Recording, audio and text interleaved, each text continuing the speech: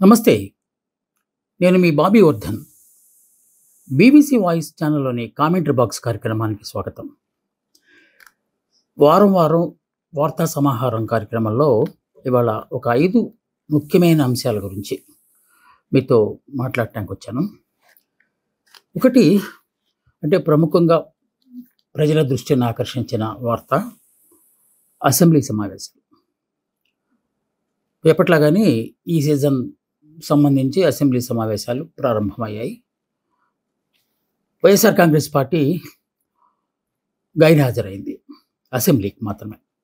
మండలికి మాత్రం హాజరవ్వాలని నిర్ణయించుకుంది. ఎందుకంటే అక్కడ వాళ్లకు సంఖ్యాబలం ఎక్కువ ఉంది కనుక. జగన్మోహన్ రెడ్డి యథాతథంగా మీడియా సమావేశం ఏర్పాటు చేశారు. ఇక్కడే నేను ప్రజల తాలూకు సమస్యలను ప్రస్తావిస్తానని మరోసారి చెప్పారు. ఆయన గైర్హాజరు అవడానికి కారణాలు ఏంటో మళ్ళీ సేమ్ అవే ఆయన చెప్పుకుంటూ వచ్చారు. రాష్ట్రంలో ఉన్న ఏకైక ప్రతిపక్ష పార్టీ తమదేనని, అందువలనే ప్రతిపక్ష హోదా అడుగుతున్నామని ఆయన డిమాండ్ చేస్తున్నారు. సో అలా కాకుంటే నేను బయటకు కూర్చొని మీడియా ముందు ప్రజా సమస్యలు పరిష్కరిస్తామని మాట్లాడతానని ఆయన ఢంకాపదంగా చెప్తున్నారు. ఈ నేపథ్యంలో ప్రారంభమైన అసెంబ్లీ సమావేశాలు నిజంగా అయితే వాడిగా వేడిగా జరగాలి. అసెంబ్లీలో ప్రతిపక్షం లేకపోవటం వల్ల కూటమి పక్షాలే మాట్లాడుకోవాల్సి వచ్చింది. ముఖ్యంగా జిఎస్టీకి సంబంధించి తొలి రోజు మొత్తం దాని మీదే పడింది. ఈ మధ్యకాలంలో ఈ నెల 22వ తేదీ నుంచి అమల్లోకి వచ్చేలాగా జిఎస్టీ స్లాబులు మార్చారు. గతంలో 5, 12, 14, 18 ఇలా రకరకాలుగా ఉంటే వాటిని 2 స్లాబుల్లోకి తీసుకొచ్చారు. కొన్ని వస్తువులను 5% ట్యాక్స్, ఇంకా మరికొన్ని వస్తువులను 18% ట్యాక్స్లోకి, అంటే విలాస వస్తువులను 18లోకి, నిత్యావసర వస్తువులను 5%కు తగ్గించారు. అది ఆహ్వానించదగ్గ పరిణామమే. ఇంకా 22 తర్వాత అమలు జరిగిన తర్వాత దాని మీద వ్యాఖ్యానించడం సబబుగా ఉంటుంది. అయితే కూటమి ఎన్డీఏలో భాగస్వామి కనుక ప్రధాన మోడీని, అలాగే నిర్మలా సీతారామన్ ఆర్థిక శాఖ మంత్రిని ప్రశంసలతో ముంచెత్తి ఏకంగా ఈ స్లాబుల్ని తాము స్వాగతిస్తున్నట్టు తీర్మానం కూడా చేశారు. ఆ తీర్మానం చేసిన మొట్టమొదటి రాష్ట్రం ఆంధ్రప్రదేశ్ అని కూడా వారు ప్రకటించుకున్నారు. ఇక మరో ప్రక్క మండలిలో వాడిగా వేడిగా చర్చలు జరిగాయి. మనం ఇందాక అనుకున్నట్టు అక్కడ ప్రతిపక్ష వైసీపీకి ఎక్కువ సభ్యులు ఉన్నారు కనుక వారి హవా అక్కడ కొనసాగిందనే చెప్పాలి. ముఖ్యంగా ప్రతిపక్ష నాయకులు, శాసన మండలి నాయకుడు బొత్స సత్యనారాయణ, అలాగే కొదురు కళ్యాణి, తోట త్రిమూర్తులు వంటి వారు రెచ్చిపోయి మాట్లాడారు. అక్కడ ప్రధానంగా ప్రస్తావనకు వచ్చిన అంశాలు మెడికల్ కాలేజీల ప్రైవేటీకరణ, దుర్మార్గమైన చర్య అని చెప్పి వైసీపీకి చెందిన సభ్యులందరూ ఏకకంఠతో మాట్లాడారు. అలాగే రైతులకు సంబంధించి ధరల విషయాన్ని కూడా వారు ముఖ్యంగా ప్రస్తావించారు. ఈ అంశాల పట్ల అలాగే ముఖ్యంగా దేవాదాయ శాఖకు సంబంధించి ఆనం నారాయణ రెడ్డి మీద విరుచుకుపడ్డారు. ఎందువల్లంటే టీటీడీలో బ్రహ్మోత్సవాల సందర్భంగా జరిగిన తొక్కిసలాట కావచ్చు, లేకపోతే సింహాచలంలో మృతులు కావచ్చు, గోడ కూలిన మృతులు కావచ్చు, వీళ్ళందరూ ఇదంతా ప్రభుత్వ నిర్లక్ష్యం వల్లే జరిగిందని చెప్పి వాళ్ళు ఏకరువు పెట్టినప్పుడు దాన్ని ధీటుగానే ఆనం నారాయణ రెడ్డి గారు సమాధానం చెప్పే ప్రయత్నం చేశారు. కానీ మొత్తానికి తీవ్రమైన గందరగోళం పరిస్థితి అక్కడ మండలిలో ఉంది. అంటే ప్రజాబలం ఉంటే, అది సంఖ్యాబలం ఉంటే ఎలా చేయొచ్చు అనేది నిరూపించాలి. ఇక్కడ ఇంకా ప్రతిపక్షమే లేని అసెంబ్లీలో అంతా ప్రశంసల జల్లు కురిపిస్తూ మాట్లాడుతూ వచ్చారు. అంటే సాదాసీదాగా జరిగింది. సాధారణంగా అసెంబ్లీ సమావేశాలు ప్రారంభమవుతాయనగానే ప్రతిపక్షాలు విమర్శనాస్త్రాలను సంధించి ప్రభుత్వాన్ని ఇరుకుని పెట్టే ప్రయత్నాలు చేస్తే అలాంటిదేమీ ఇక్కడ జరగలేదు. అందరూ నువ్వంటే గొప్ప, నేను గొప్ప అని చెప్పుకునే పరిస్థితి, అటు వాతావరణం మాత్రం అసెంబ్లీలో సహజం కూడా. ఎందువల్లంటే ఏ పార్టీ తామను విమర్శించుకునే అవకాశం ఉండదు కనుక. మండలిలో యథాతథంగా జరిగినాయి. ఇక్కడ అసెంబ్లీలో మాత్రం వాదోపవాదాలు, లేకపోతే స్పీకర్ మీదకు దూసుకెళ్ళిపోవడాలు, బాయ్కాట్లు చేయడాలు, వాకౌట్లు చేయడాలు అలాంటివి ఏమీ లేకుండా సజావుగా జరిగిపోయింది. ఇది ఈ వారంలో వచ్చిన ఒక ప్రధానమైన అంశంగా మనం మాట్లాడుకోవాలి. ఒక అంతర్జాతీయ అంశం కూడా ఈసారి బాగా ప్రజల దృష్టిని ఆకర్షించింది. అది మన సరిహద్దు దేశమైన నేపాల్లో విధ్వంసకాండకు సంబంధించి ప్రభుత్వంలో పాలనలో అవినీతిని వ్యతిరేకిస్తూ కొంతమంది యువకులు జెన్జెడ్ పేరుతో ఉద్యమాన్ని ప్రారంభిస్తే ఆ ఉద్యమాన్ని అణచివేయడానికి విశ్వ ప్రయత్నం చేసిన ప్రభుత్వం విఫలమైంది. తదనుగుణంగా ఈ ప్రచారం మరిన్ని ప్రాంతాలకు అంటే కాఠ్మండూలో ప్రారంభమైంది, నేపాల్ రాజధానిలో. అది మిగతా ప్రాంతాలకు విస్తరించకుండా ఉండాలనే ఉద్దేశంతో సోషల్ మీడియా మీద ఇప్పుడు ప్రపంచంలో ఏ చిన్న అంశం జరిగినా కూడా ప్రపంచం అంతా చూసే పరిస్థితి ఉంది కనుక సోషల్ మీడియా మీద నిషేధం విధిస్తే ఈ వార్త మరిన్ని ప్రాంతాలకు లేకపోతే ఈ సంఘటన మరిన్ని ప్రాంతాలకు వెళ్లకుండా ఉంటుందనే ఉద్దేశంతో నేపాల్ ప్రభుత్వము సోషల్ మీడియా మీద నిషేధం విధించింది. దీంతో కేవలము జెన్జెడ్ కార్యకర్తలే కాకుండా సామాన్య ప్రజల్లో కూడా వీధుల్లోకి వచ్చారు. ఎందుకంటే వాళ్ళు తీసుకున్న అంశం అలాంటిది. ప్రభుత్వంలో జరుగుతున్న అవినీతికి వ్యతిరేకంగా పోరాడుతున్నారు కనుక ప్రజలందరూ అవినీతికి బరైపోతున్నారు కనుక వారు కూడా సంఘీభావం తెలిపి వచ్చారు. మొత్తానికి విధ్వంసము, తరిమి కొట్టారు, మంత్రులను కొట్టారు, మాజీ మంత్రులను చంపేశారు. ఇలా రకరకాలుగా జరిగిన నేపథ్యంలో ఇక అదుపు తప్పుతుంది అనుకున్న పరిస్థితుల్లో మిలిటరీ రంగంలోకి దిగింది. కొంత శాంతించిన తర్వాత జెన్జెడ్ ఉద్యమకారులు డిమాండ్ చేసినట్టుగా సుప్రీంకోర్టు ప్రధాన న్యాయమూర్తి సుశీలా కార్తిని వాళ్ళు ప్రధానమంత్రిగా ప్రైమ్ మినిస్టర్గా అంటే తాత్కాలిక ప్రధానిగా నియమించమని డిమాండ్ చేశారు.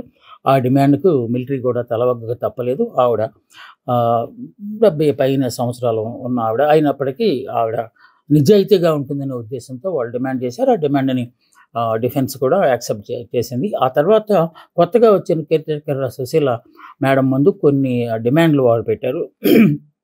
ఈ ఉద్యమంలో ఈ కొట్లాటల్లో చనిపోయిన వాళ్ళందరినీ అమరులుగా గుర్తించాలి, వాళ్ళ కుటుంబాలకు ఆర్థిక సహాయం చేయాలి, ప్రస్తుతం ఉన్న పార్లమెంటును రద్దు చేయాలి, వీలు ఉంటే రాజ్యాంగాన్ని మార్చేయాలి, అవినీతి రహిత పాలన మాకు కావాలి, ఈసారి ఇప్పుడున్న అవినీతి రాజకీయ నాయకులు ఎవరిని ఎన్నికలలో పార్టిసిపేట్ చేయకుండా అవసరమైతే బిల్లు కూడా తీసుకురావాలి. ఇలాంటి అనేకమైన డిమాండ్లు చేశారు. చూద్దాం ఏ మేరకు ఈ డిమాండ్లన్నీ సుశీలా మేడం చూస్తారనేది. ఇది ఇంకొకటి ప్రధానమైన అంశం. ఇంకొక పెద్ద అంశము ఎక్కువ మంది దృష్టిని ఆకర్షించిన వార్త ఏంటంటే రైతుల దీనగాథ. ఒక ప్రక్క కోస్తాంధ్రలో, ఉత్తరాంధ్రలో యూరియాకు సంబంధించి క్యూలు కడుతున్నట్టుగా లేకపోతే అక్కడే సొమ్మసిల్లి పడిపోతున్నట్టుగా వార్తలు వస్తున్న నేపథ్యంలో ఒక పక్క ప్రభుత్వం యూరియాకి ఎలాంటి కొరత లేదని చెప్తూనే యూరియా వాడకాన్ని తగ్గించండి అని చెప్పడం అనేది కాస్తంత కాంట్రవర్సీకి దారితీసింది. ఇది ఉత్తరాంధ్ర కోస్తాకు సంబంధించి యూరియా దెబ్బ. ఇక రాయలసీమలోకి వచ్చేసరికి ఈ ఏడాది వాళ్ళకి కాలం కలిసి వచ్చి ఎక్కువ దిగుబడి వచ్చింది. బత్తాయిలు కావచ్చు, టమాటా, ఉల్లిపాయలు విపరీతంగా పండాయి. కాకుంటే గిట్టుబాటు ధర లేక వాళ్ళు విలపిస్తున్నారు. గతంలో బత్తాయిలని అన్నీ అమ్ముకోలేక ఎంత ఇబ్బంది పడిన అంశం. అక్కడికి మన ప్రతిపక్ష నేత జగన్మోహన్ రెడ్డి వెళ్ళటం మార్కెట్కి, అదొక పెద్ద గొడవ. దాన్ని బల సమీకరణ అని చెప్పి కూటమి ప్రభుత్వం కొట్టిపారేయటం అంతా జరిగింది. ఇప్పుడు ఉల్లి వంతు వచ్చినట్టుంది. ఉల్లిపాయలు కేవలం 50 పైసలు కేజీ, 50 పైసలు. అసలు కని విని ఎరుగని దయనీయమైన పరిస్థితిలాగా కనిపిస్తోంది. ఇది బ్రోకర్లు అంటే వేలం వేస్తే బ్రోకర్లు తీసుకునేది.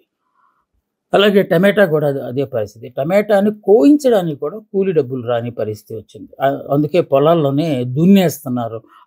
ఆ సందర్భాలు, ఆ సంఘటనలు అన్ని వార్తాపత్రికల్లో, కేవలం సాక్షి పత్రికలో, సాక్షి ఛానల్లో వస్తే అది ఏదో కావాలని చూస్తున్నారని చెప్పి విమర్శ వచ్చే అవకాశం ఉంది. కానీ కొన్ని ప్రధానమైన పత్రికలు కూడా ఆ మాటకు వస్తే కూటమి పాలనకు మద్దతుగా నిలిచిన పత్రికల్లో కూడా ఈ వార్తలు వచ్చినాయి. వారు ఎంత ఇబ్బంది పడుతున్నారు. వాస్తవానికి మార్క్ ఫెడ్ ద్వారా వీటిని సేకరించి పంపిణీ చేస్తే బాగుంటుందనేది ఒక సలహాగా గతంలో జగన్మోహన్ రెడ్డి ముఖ్యమంత్రిగా ఉన్న రోజుల్లో ఆర్బీకేలని రైతు భరోసా కేంద్రాలని చెప్పి అక్కడే వాటిని అప్పటి వ్యవసాయ శాఖ మంత్రి కన్నబాబు గారు ఎప్పుడు చెబుతుండేవారు, విత్తనం దగ్గర నుంచి విక్రయం దాకా అని. సో అలాగా కొనేసి వాటిని స్టాక్ పెట్టేసి అంటే శీతల గిడ్డంగిల్లో పెట్టేసి అవసరమైన చోటకు పంపించడం అనేది గతంలో జరిగేది. ఇప్పుడు ఆ పరిస్థితి లేకుండా పోయింది. అందుకే బ్రోకర్ల, మీడియేటర్ల తాలూకు హవా కొనసాగుతుంది. వాళ్ళు ఎంత చెబితే అంతకే కొనాల్సిన పరిస్థితి ఏర్పడిందని చెప్పి రైతులు గగ్గోలు పెడుతున్నారు. సో ఉల్లి బస్తాలను కూడా రోడ్డు మీద పడేసి వెళ్ళిపోతున్నారు. ఎందుకంటే వేరే చోట్లకు తీసుకెళ్ళి అమ్ముకోవాలంటే ట్రాన్స్పోర్ట్ ఖర్చులు కూడా రాని పరిస్థితి ఉందని వాళ్ళు దిగాలు పడిపోయి దిక్కుదోచని పరిస్థితుల్లో విలపిస్తున్నారు. ప్రభుత్వం వైపు నుంచి ఎలాంటి చలనం లేదనే ఒక విమర్శ ఉన్నది. ఇక ఈ మామూలు సాధారణంగానే విపక్షాలు దీన్ని పెద్ద ప్రధానాంశంగా చేసి ధరలు పెంచేదాకా ఉద్యమిస్తామని చెప్పి రైతులతో సంఘీభావం తెలియజేస్తూ వాళ్ళు వాళ్ళు కూర్చున్నట్టుగా కూడా కనిపిస్తోంది. ఈ వార్త నిజంగానే రైతులకు ఇబ్బంది కనుక వస్తే దేశానికే ఇబ్బంది. ఒక కొసమెరుపు ఏంటంటే అక్కడ 50 పైసలకే ఉల్లిపాయలు లేకపోతే పావలాకే టమాటాలు అని అనుకుంటే రైతు బజార్లతో సహా రైతు బజార్లో 20 రూపాయలకు తక్కువ టమాటా రావట్లేదు, 25 రూపాయలకు తక్కువ ఉల్లిపాయలు రావట్లేదు. సో అదే బహిరంగ మార్కెట్లో అయితే ఇంకొక 5 రూపాయలు 10 రూపాయలు అదనంగా అమ్ముతున్నారు. ఏంటి ఈ పరిస్థితి? బయటకు వచ్చిన తర్వాత 30 రూపాయలు అమ్మింది అక్కడ కేవలం 3 రూపాయలకి అమ్మడానికి కారణం ఏంటి అనే దాన్ని కొంచెం నిశితంగా పరిశీలించి ఈ సమస్యను గట్టెక్కించి రైతులను ఆదుకునేలాగా ప్రభుత్వం ఉండాలని చెప్పి చాలా వైపుల నుంచి డిమాండ్ వస్తున్నది కూడా ఒక ప్రధానాంశంగా ఈ వారం జరిగింది. ఇంకొకటి మెడికల్ కాలేజీ. గతం నుంచి ఇది మనం చెప్తూనే ఉన్నాం. జగన్మోహన్ రెడ్డి ముఖ్యమంత్రిగా ఉన్న రోజుల్లో ఒక చరిత్రాత్మకమైన విప్లవాత్మకమైన ఒక నిర్ణయం తీసుకున్నారని అప్పట్లో వార్తాపత్రికల్లో బాగా చూసాము. అది వాస్తవం కూడా. 17 మెడికల్ కళాశాలలు ఒకేసారి ప్రభుత్వ ఆధీనంలో, అంటే ప్రైవేట్ కళాశాలలు చాలా వచ్చి ఉండొచ్చు, ప్రభుత్వ ఆధీనంలో వస్తే పేద పిల్లలు చదువుకోవడానికి ఆస్కారం ఉంటుంది. ఒక మెడికల్ కాలేజీ వచ్చిందంటే దానికి అనుబంధంగా ఆసుపత్రి కూడా వస్తుంది కనుక ఆ ఆసుపత్రిలో పేదలకు ఉచితంగా వైద్య సహాయం చేయడానికి ఆస్కారం ఉంటుంది. తద్వారా ఆరోగ్యశ్రీకి మనం ఖర్చు పెట్టే కోట్ల ఖర్చును తగ్గించుకున్నట్టు అవుతుంది అనేది ఒక విశ్లేషణ. అయితే సడన్గా 5 కళాశాలలను ప్రారంభించి అడ్మిషన్లు చేసి ఇప్పుడు వాళ్ళు 3rd ఇయర్ కూడా వచ్చారు. ఈ జగన్మోహన్ రెడ్డి హయాంలో జరిగింది. మరి 4 మెడికల్ కళాశాలలు ఆల్మోస్ట్ ఓపెనింగ్ చేయడానికి అంటే ప్రారంభించడానికి సిద్ధమైన దశలో ఉన్నాయి. ఇది మన కర్నూలు కావచ్చు, లేకపోతే పులివెందుల కావచ్చు, ఇలాంటి చోట్ల ఆల్మోస్ట్ సిద్ధంగా ఉన్నాయి. ఇంకా ప్రారంభించడమే తరువాయి. చిన్న ఒక 5% వరకు మాత్రం ఉంది. సో అలాంటి పరిస్థితుల్లో ఇప్పుడు ప్రభుత్వము ఈ మెడికల్ కళాశాలల నిర్వహణను భారంగా భావిస్తూ వాటిని పీపీపీ మోడ్లోకి తీసుకురావాలని ప్రయత్నాలు చేయటం చాలా విమర్శలకు దారితీస్తుంది. ఎందుకంటే పేదవాడికి వైద్యం అందడానికి, పేద పిల్లలు చదువుకోవడానికి ఈ ఏడాది ఆశ్చర్యకరమైన ఏంటంటే ఆల్మోస్ట్ ప్రారంభానికి సిద్ధంగా ఉన్న పులివెందుల మెడికల్ కాలేజీకి సీట్లు కేటాయింపుకు సంబంధించి మాకు అక్కర్లేదని ప్రభుత్వం లేఖ రాయటం అనేది చాలా గందరగోళ పరిస్థితిని తీసుకుంది. సో దీంతో ప్రజా సంఘాలు ఉద్యమాలు చేయడం మొదలుపెట్టారు. ఈ కళాశాలలు ప్రారంభించడానికి కేవలం 5,000 కోట్ల రూపాయలు మాత్రమే ఖర్చు అవుతుంది. సో 5,000 కోట్ల రూపాయలు ఖర్చు పెట్టే స్థితిలో ప్రభుత్వం లేదని చెప్తోంది. అయితే ఇక్కడ వచ్చిన పెద్ద ప్రశ్న ఏంటంటే వడ్డే సోమనాథరాజరావు గారు ఒకప్పుడు టీడీపీలో పెద్ద నాయకుడు. ఇప్పుడు ఆయన రైతుల పట్ల రాష్ట్రంలో ఏ సమస్య వచ్చినా కూడా ఆయన స్పందిస్తున్నారు. ఆయన మాటల్లో చెప్పాలంటే 75,000 కోట్ల రూపాయలతో అమరావతిని నిర్మిస్తున్న వాళ్లకు 5,000 కోట్ల రూపాయలతో ప్రజలకు ఉపయోగపడే మెడికల్ కళాశాలలు ప్రారంభించడానికి అది ఖర్చుగా భావిస్తారా అని చెప్పి ఆయన ప్రశ్నిస్తారు. ఈ ప్రశ్నలో ఒక సహేతుకమైన కారణం ఉన్నట్టే మనకు అనిపిస్తుంది. దీనికి తోడు కొత్తగా జై భీమ్ భారత పార్టీ అధ్యక్షుడు జడా శ్రావణ్ కుమార్ మీడియాలో ఎక్కువగా మాట్లాడుతూ ఉంటారు. ఆయన ప్రజా సమస్యల పట్ల స్పందిస్తూ ఉంటారు. ఆయన వసుధ ఫార్మర్ మేజిస్ట్రేట్ అనుకుంటారు. ఆయన ఎస్టీ, ఎస్సీ, బీసీ మైనార్టీలే ఈ మెడికల్ కళాశాలలను ప్రైవేటు పరం చేస్తే నష్టపోతారు అని చెప్పి వాళ్ళందరినీ తీసుకుని సిపిఐ, సిపిఎం, వైసీపీ ఇలాంటి ప్రతిపక్ష పార్టీలను కూడా తీసుకుని ఉద్యమానికి శ్రీకారం చుట్టారు. ప్రైవేటీకరణ ఆపేసి ఇది ఇలా ఉండగా ప్రభుత్వం ఏమాత్రం వెనక తగ్గకుండా 4 కళాశాలకు సంబంధించి బిడ్స్ వేసింది ఆల్రెడీ ప్రైవేటీకరణకు సంబంధించి. సో దాన్ని వ్యతిరేకిస్తూ ఈ ఉద్యమం చేపట్టారు. ఈ ఉద్యమం ప్రస్తుతానికి ఒక్కచోట మాత్రమే కేంద్రీకృతమైంది. ఇది రాష్ట్ర వ్యాప్తంగా విస్తరించే అవకాశం ఉంది. పేదలందరూ దీంట్లో భాగస్వాములు అవుతారు అనే ఒక వాదన కూడా వినిపిస్తోంది దీనికి సంబంధించి. ఇది కూడా ఈ వారంలో వచ్చిన ఒక ప్రధాన వార్తగా మనం చెప్పుకోవాలి. ఇంకొక ముఖ్యమైన అంశం ఈసారి ప్రజల దృష్టిని ఆకర్షించింది ఏంటంటే ఓజీ సినిమా. ఇది అఫ్కోర్స్ రాజకీయానికి సంబంధించింది. ఇది ఓజీ పవన్ కళ్యాణ్ గారు నటించి విడుదల కాబోతున్న ఒక పెద్ద హై బడ్జెట్ సినిమాగా దాన్ని మనం భావించాలి. పవన్ కళ్యాణ్ సినిమా అనగానే ఎక్స్పెక్టేషన్స్ చాలా ఎక్కువగా ఉంటాయి. పాన్ ఇండియా కాదు, పాన్ వరల్డ్, యూనివర్స్ మొత్తం కొన్ని వందల థియేటర్లలో రిలీజ్ అయ్యే సినిమాలు. గతంలో ఇదే హైప్ క్రియేట్ చేసి హరిహర వీరమల్లు అనే ఒక సినిమా రిలీజ్ అయింది. దానికి కూడా టికెట్లు పెంచారు. కానీ ఈసారి ఈ ఓజీ సినిమా మాత్రం భారీగానే టికెట్లు పెంచినట్టుగా తెలుస్తుంది. దానికి సంబంధించి ఒక జీవో కూడా ఆల్రెడీ రిలీజ్ అయింది 25వ తేదీన, ఈ నెల సెప్టెంబర్ 25వ తేదీన ఆ సినిమా రిలీజ్ అవుతూ ఉంటే జీవో ఇప్పటికే రిలీజ్ అయింది. ఆ జీవో ప్రకారం బెనిఫిట్ షో వేసుకోవడానికి టికెట్ ధర ₹1000 సాక్షాత్తు చెప్పారు. అలాగే ఇంకా మిగతా రోజుల్లో ఒక 10 రోజుల పాటు స్పెషల్ షోలు వేసుకోవడానికి, రోజుకు 4 షోలు వేసుకోవడానికి సింగిల్ స్క్రీన్ థియేటర్స్ వాటికి ₹125, ఇప్పుడున్న టికెట్లకు రేట్లకు అదనంగా ₹125. అలాగే మల్టీప్లెక్స్ అంటే ఎక్కువ స్క్రీన్లు ఉన్న థియేటర్లకు ₹150 పెంచుతూ, ఒకవేళ ₹350 ఉందనుకోండి ఇప్పటికే 150 అంటే ₹450 టికెట్ అవుతుంది. సో ఆ విధమైన పెంచడాన్ని కొంతమంది ఆక్షేపిస్తున్నారు. మిగతా వాళ్ళకు కాకుండా నేను అసలు సినిమా అనేది ఇప్పుడు బెనిఫిట్ షో అనేది ఎవరు చూస్తారు? బెనిఫిట్ షో చూసే వాళ్ళందరూ పవన్ కళ్యాణ్ అభిమానులే. అభిమానులు కేవలం కోటీశ్వరులే ఉండాల్సిన అవసరం లేదు. పేద రిక్షా కార్మికులు, ఆటో కార్మికులు కూడా ఉంటారు. ఎందుకంటే ఆయన రాజకీయాల్లో ఒక మంచి చేస్తున్నాడు అనే ఉద్దేశంతో చాలామంది ఆయన అభిమానిస్తున్నారు కనుక ఆ అభిమానాన్ని ఆ సినిమాలు చూడటం ద్వారా కూడా వాళ్ళు వ్యక్తీకరించే పరిస్థితులు ఉన్నాయి. ఆ సినిమాలకు వెళ్ళే ఈ పేదవాళ్ళ దగ్గర నుంచి ₹1000 పిండుతారా మీరు బెనిఫిట్ షో పేరుతో అని కొంతమంది ఆక్షేపణ చేస్తూ ఉన్నారు. ఈ జీవో విడుదల చేసిన దానికి సంబంధించి కొంత విమర్శ కూడా ఉంది. కొన్ని నిబంధనలకు అనుసరించి మాత్రమే టికెట్లు ధరలు పెంచడానికి ఆస్కారం ఉంది. అలాంటిదేమి ఆ నిబంధనలన్నీ బేఖాతరు చేసేసి పక్కన పడేసి ధరలు పెంచేశారు అని చెప్పి ఒక విమర్శ వస్తున్నది. ఇక్కడ ప్రభుత్వము అక్కడ రాయలసీమలో ఉల్లిపాయలు, టమాటాలు, బత్తాయిలు రోడ్డు మీద పడేస్తుంటే దానికి రూపాయి పెంచడానికి ఇబ్బంది పడే ప్రభుత్వం సినిమా టికెట్లకు మాత్రం ₹1000 పెంచవచ్చా అని చెప్పి దీంతో కంపేర్ చేస్తున్నారు. ఈ పోలిక సరైనది కాకపోవచ్చు. ఎందువల్లంటే సినిమా అనేది ఎప్పుడో ఒకసారి వచ్చే ఒక వ్యాపారం లాంటిది.